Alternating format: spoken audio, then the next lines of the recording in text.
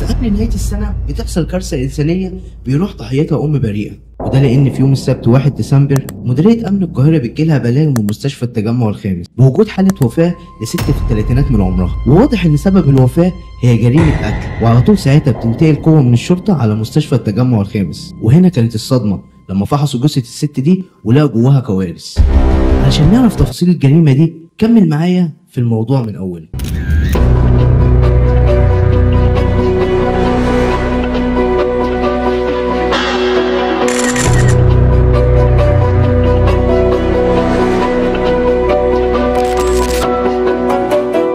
الحكاية بدأت سنة 1993 لما اتولدت مرام محمد في أسرة مصرية راقية جدا في منطقة القاهرة الجديدة، وبعد شوية الأسرة كلها راحت عاشت في كندا وفضلوا عايشين هناك لفترة طويلة جدا، وتربت ساعتها مرام وأخواتها في كندا. لكن لما كبروا قررت الأسرة إن هم يرجعوا يعيشوا تاني في مصر، ورجعوا على بيتهم اللي كان في القاهرة الجديدة واستقروا فيه ساعتها. وفي الوقت ده مرام اتعرفت على شاب وسيم وحبته، وجه طلبها من أهلها واتجوزها، وعاشوا ساعتها في سعادة مع بعض لفترة طويلة، وخلفوا بنتين في غاية الجمال والروعة، وكانت أسرة سعيدة جدا وعايشة في استقرار وهدوء. لكن يظهر إن مرام كان طبعها عصبي شوية، ويمكن ده كان السبب في مشاكل كتير بتحصل لها. وفي الوقت ده حصلت خلافات كتير جدا بينها وبين جوزها، وساعتها انفصلت عنه واخدت حضانة البنات معاها وقررت ان هي تربيهم لوحدها. وبالرغم ان هي من عيلة غنية جدا لكنها قررت ان هي تفضل في بيتها وتنزل تشتغل عشان تصرف على بناتها، لان هي اصلا كانت عايشة في كندا ومعاها لغة كويسة جدا، وراحت قدمت في كذا مدرسة انترناشونال حوالين المنطقة اللي هي ساكنة فيها، واخيرا قدرت تشتغل في وظيفة في مدرسة في التجمع الخامس، واشتغلت مدرسة لغة أجنبية،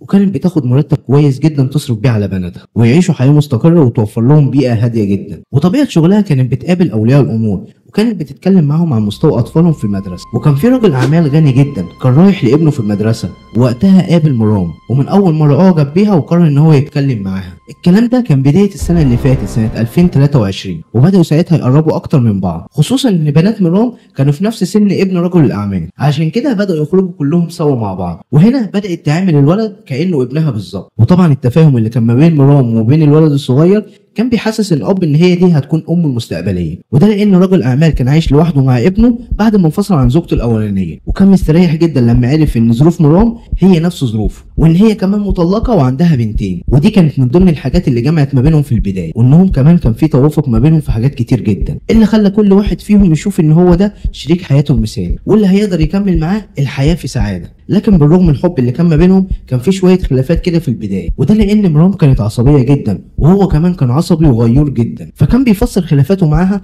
على انه بيغير عليها وبيحبها، فكان اي مشكله على طول بتخلص في ساعتها لانه كان لسه في البدايه. وطبعا الاطفال كانت بالنسبه ليهم هي اهم حاجه، وقرروا ان هم يتجوزوا في نص سنه 2023. والحقيقه كمان ان هم في البدايه كانوا عايشين في سعاده كبيره جدا، وكمان رجل الاعمال ده كان غني جدا وكانت شركته ليها فروع في كل مكان، وكان معيش مرام واولادها في مستوى عالي جدا من الرفاهيه، وجاب لهم ساعتها فيلا كبيره جدا في التجمع الخامس اللي كان فيها حديقه وحمام سباحه وكل الرفاهيه اللي كانوا بيتمنوها. والاطفال اخيرا بدات ان هي تحس بالاستقرار مره تانية لانهم عايشين في وجود اب وام وبيت مستقر. لكن يا دوب بعد مرور كام شهر في الجواز بدات الخلافات ما بينهم هما الاثنين. في البدايه كانت خلافات عاديه جدا زي اي زوجين في بدايه حياتهم، وطبيعي كمان ان هو يكون في اختلافات في وجهات النظر لان كل واحد بيفكر بطريقه معينه. وزي ما عرفنا في البدايه ان مرام مولوده في كندا وعاشت فيها هناك، واكيد متعوده على حياه وتقاليد معينه، وطبعا هتكون الحياه والتقاليد اللي عاشت فيها مختلفه تماما عن تقاليد جوزها الجديد. لكن طبعا مفيش مشكله طول ما الحب والتفاهم موجود ما بين الطرفين. وشويه بشويه بدات الخلافات تزيد اكتر واكتر، وطبعا لان الزوج غيور جدا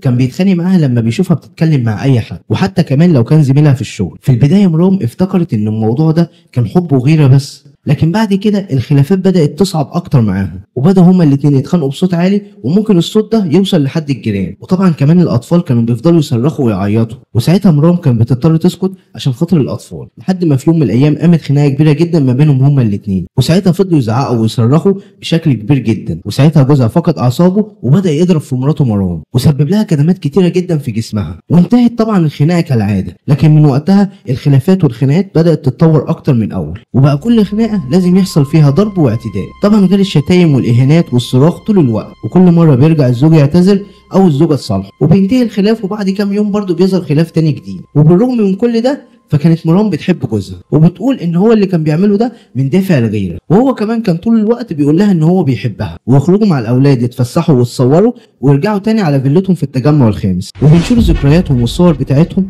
على حساباتهم اللي في السوشيال ميديا. ويمكن دي من اسوأ الحاجات اللي كانوا بيعملوها، لان الحسد اكيد بيكون ليه دور في حياه كل شخص، ومين عارف ممكن يكون هو ده السبب في الكوارث اللي حصل. خلينا نشوف دلوقتي ايه اللي حصل.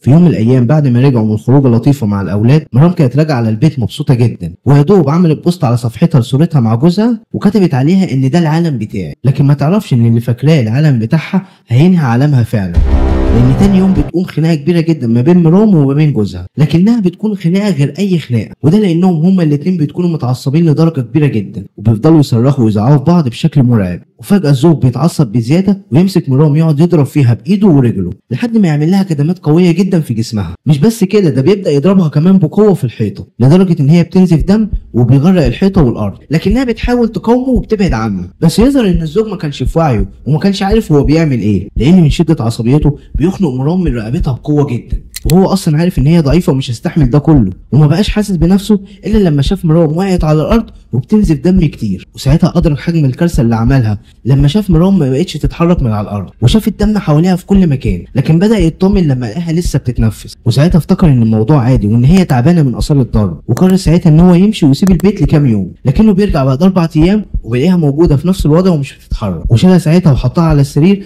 بس كان نبضها ضعيف جدا، لكن لما لقاها بدا جسمها يزرق وخلاص بتموت، وبعد ما مر اكتر من 5 ايام وهي مش عارفه تتحرك وجسمها بدا يورم، ساعتها اخيرا ادرك ان هي خلاص بتموت، وجري بيها على اي دكتور، لكن لما الدكتور بيشوفها بالطريقه دي بيتصل بالاسعاف على طول عشان يجي ياخدوها للمستشفى. وطبعا لما بتوصل المستشفى بتكون حالتها متاخره جدا، وعلى طول اداره المستشفى بتخلي مسؤوليتها وتبلغ الشرطه، وبتقول لهم ان الحاله اللي وصلت المستشفى دلوقتي لواحده ست عندها 32 سنه، والواضح ان دي محاوله قتل، وبداوا يعملوا عمليات عشان ينقذوا مرام، لكن حالتها كانت وحشه جدا، وكانوا تقريبا كده بيشتغلوا في واحده ميته، لكن الدكاتره حاولت بكل الطرق وعملوا ليها اكتر من 6 عمليات جراحيه، لكن مفيش فايده، وماتت مرام بطريقه بشعه جدا. لكن واحد من الممرضين سمعها وهي بتقول كلمه واحده: جوزي هو اللي قتلني. وطبعا اهل مرام فضلوا يصرخوا بقوه، وكلهم اتهموا زوجها ان هو اللي قتلها، وطلبوا ساعتها من الشرطه ان هم يقبضوا عليه، لانه كان دايما بيتخانق معاها وبيضربها بطريقه بشعه جدا. وهنا المستشفى اعلنت وفاه مرام وودتها للمشرحه علشان يفحصوا الجثه ويعملوا تقرير بسبب الوفاه، وفي نفس الوقت بعتوا قوه عشان يقبضوا على جوزها اللي كان في صدمه لما عرف ان مراته ماتت بايده وان هو القاتل.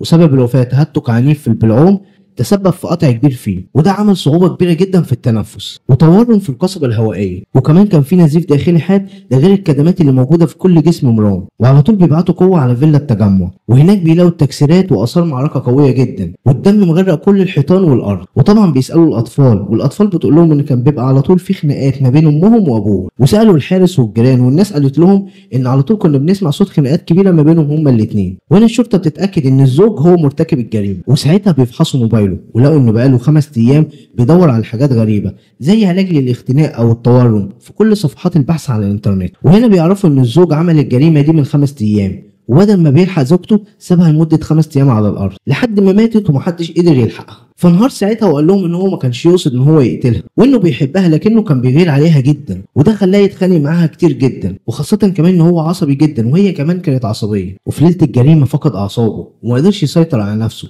وفضل يضرب فيها من غير ما يحس، وفجأة بيمسك رقبتها وفضل يخنق فيها بكل قوة لحد ما وقعت على الأرض ولقاها بتنزف بقوة. وساعتها فاق وافتكر إن هي هتكون كويسة لما لقاها بتتنفس، لكنها ما كانتش بتتحرك ونفسها بدأ يضعف أكتر. وساعتها حاول إن هو يشوف حل من غير ما يورط نفسه أو يأثر على سمعتها، لكن للأسف هي كانت ماتت وما قدرش يلحقها، لأنه من قوته ما اكتفاش باللي عمله، ده كمان سابها في البيت لمدة 5 أيام من غير ما يوديها أي مستشفى، ومحدش كان عارف يوصل لها ولا هي كانت تقدر تستنجد بحد. وماتت ساعتها مرام وسابت وراها بناتها اللي اتحرموا من حنان أمهم وهم لسه أطفال، وراحت ضحية الأسوأ واللي ماتت بأبشع طريقة، وإن اللي عمل فيها كده هو اللي كانت بتقول عليها إن هو العالم بتاعها. ودلوقتي الزوج محبوس على ذمة القضية لمدة 15 يوم. تفتكر يا عزيزي المشاهد ايه الحكم اللي يستاهله المجرم ده؟ الإعدام ولا عقوبة تانية؟ اكتب لنا رأيك في التعليقات، واستنونا في حلقة جديدة من دكان الحكاوي.